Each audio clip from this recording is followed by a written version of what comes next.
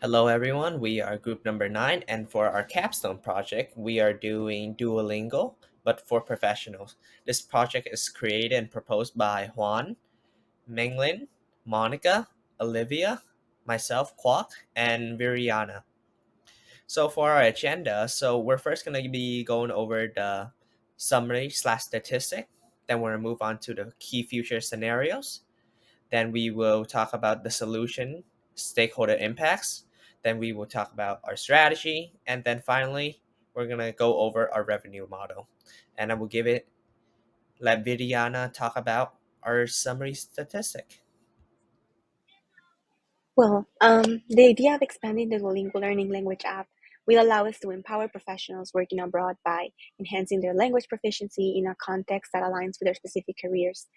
This innovative application addresses the common challenges faced by individuals who relocate for work, focusing on industry specific vocabulary, communication skills, and cultural etiquette.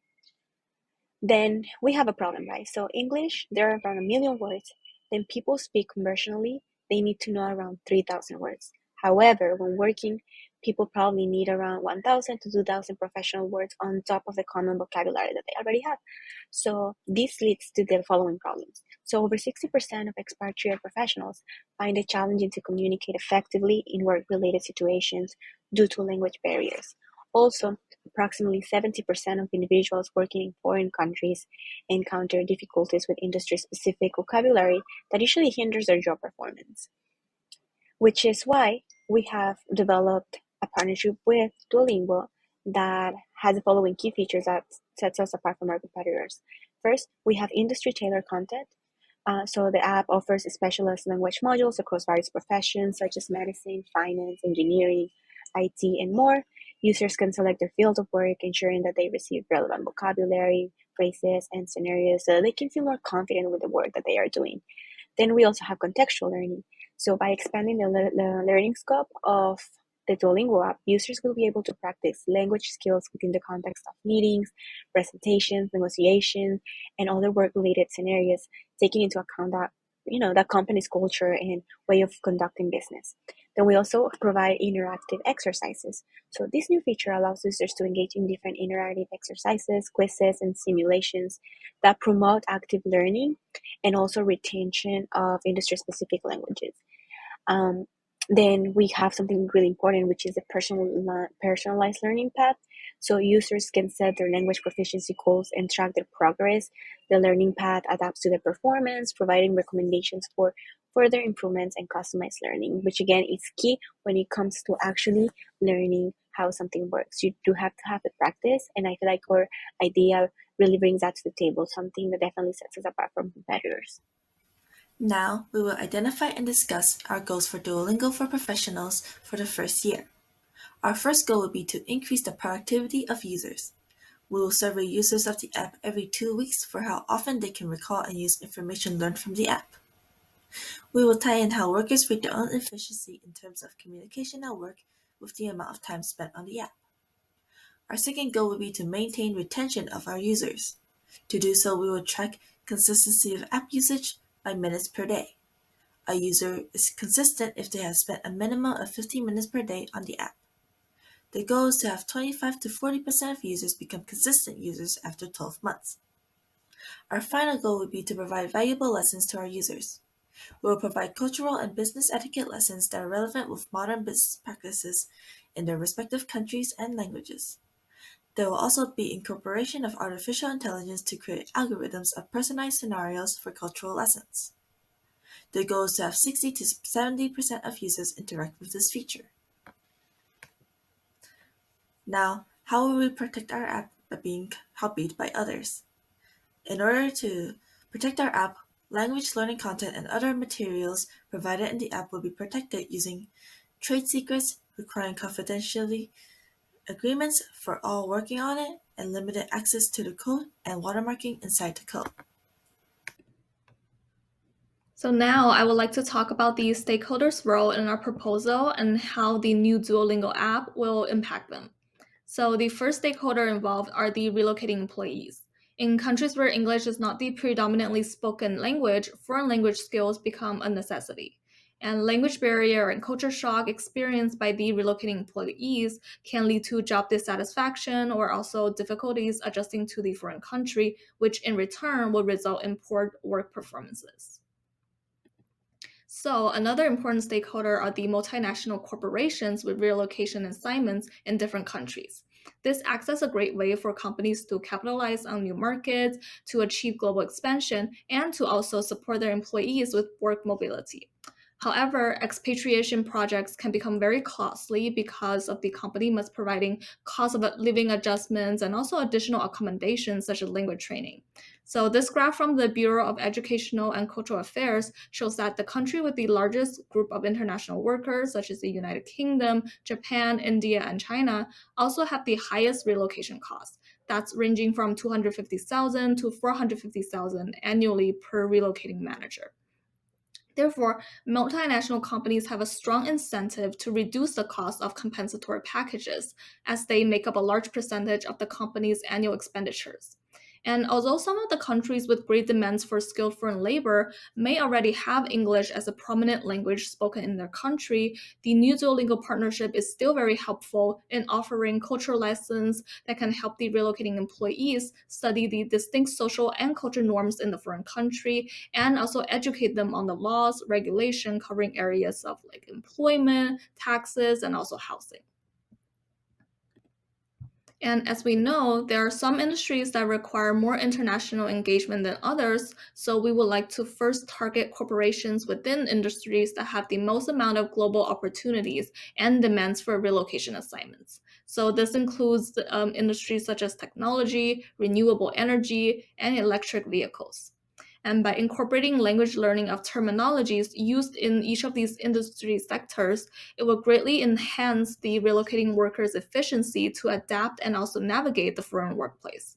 And from the company's perspective, the partnership provides a cost efficient solution in reducing accommodation costs. And most importantly, the language assistant and also cultural preparation embedded in the Duolingo course can directly impact the company's return on investment by deterring employment dissatisfaction rate, premature returns, and also poor work performances. Hi everyone, and thank you Menglin for that wonderful information. I am Juan, and I will be discussing about our company's strategy today. So we started with market analysis.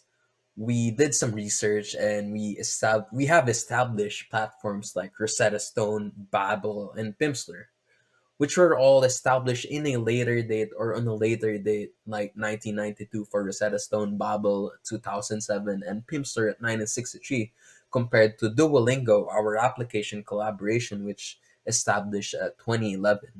So we start with the strengths and weaknesses. So for Rosetta Stone has this strength of word image association, which is known for immersive language learning via visual and auditory cues.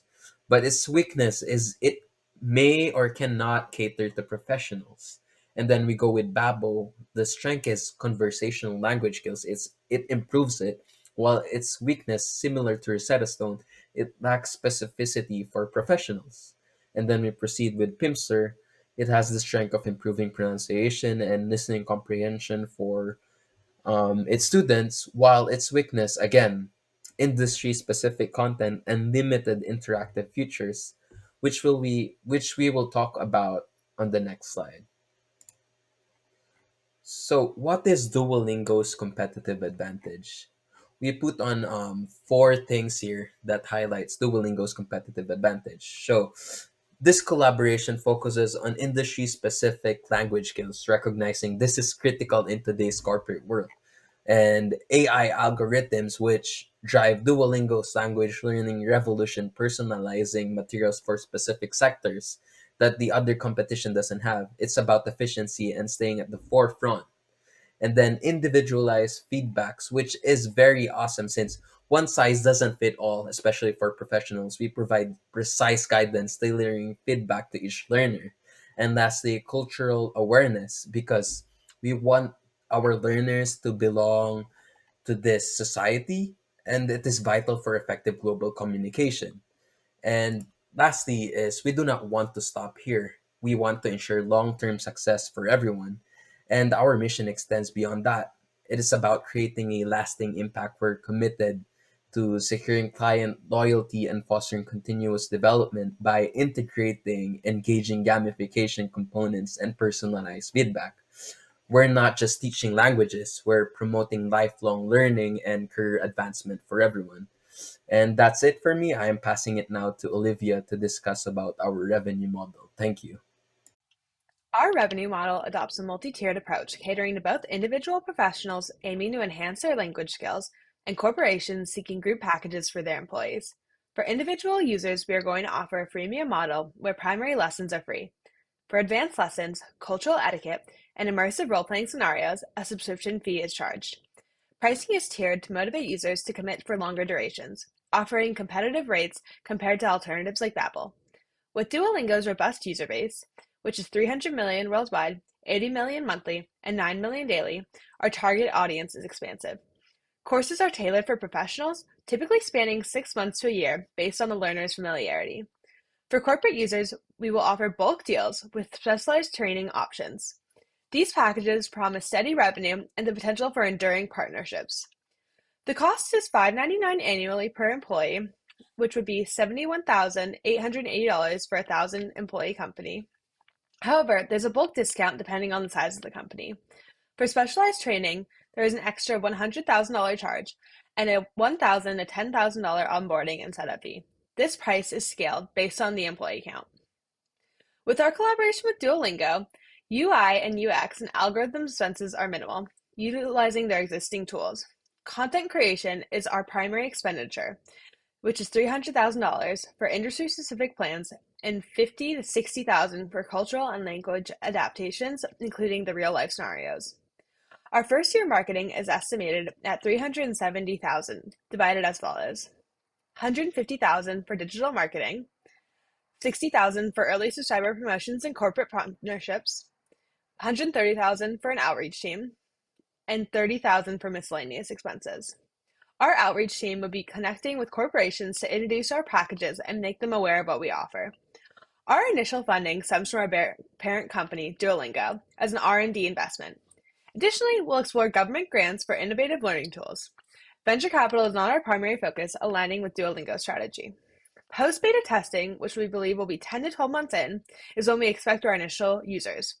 Duolingo will notify their existing user base via their app and email. We'll also engage corporations in line with our first professional lesson plans. This model, built on Duolingo's formidable foundation, is designed to maximize our reach, ensuring a sustainable and growth-oriented approach.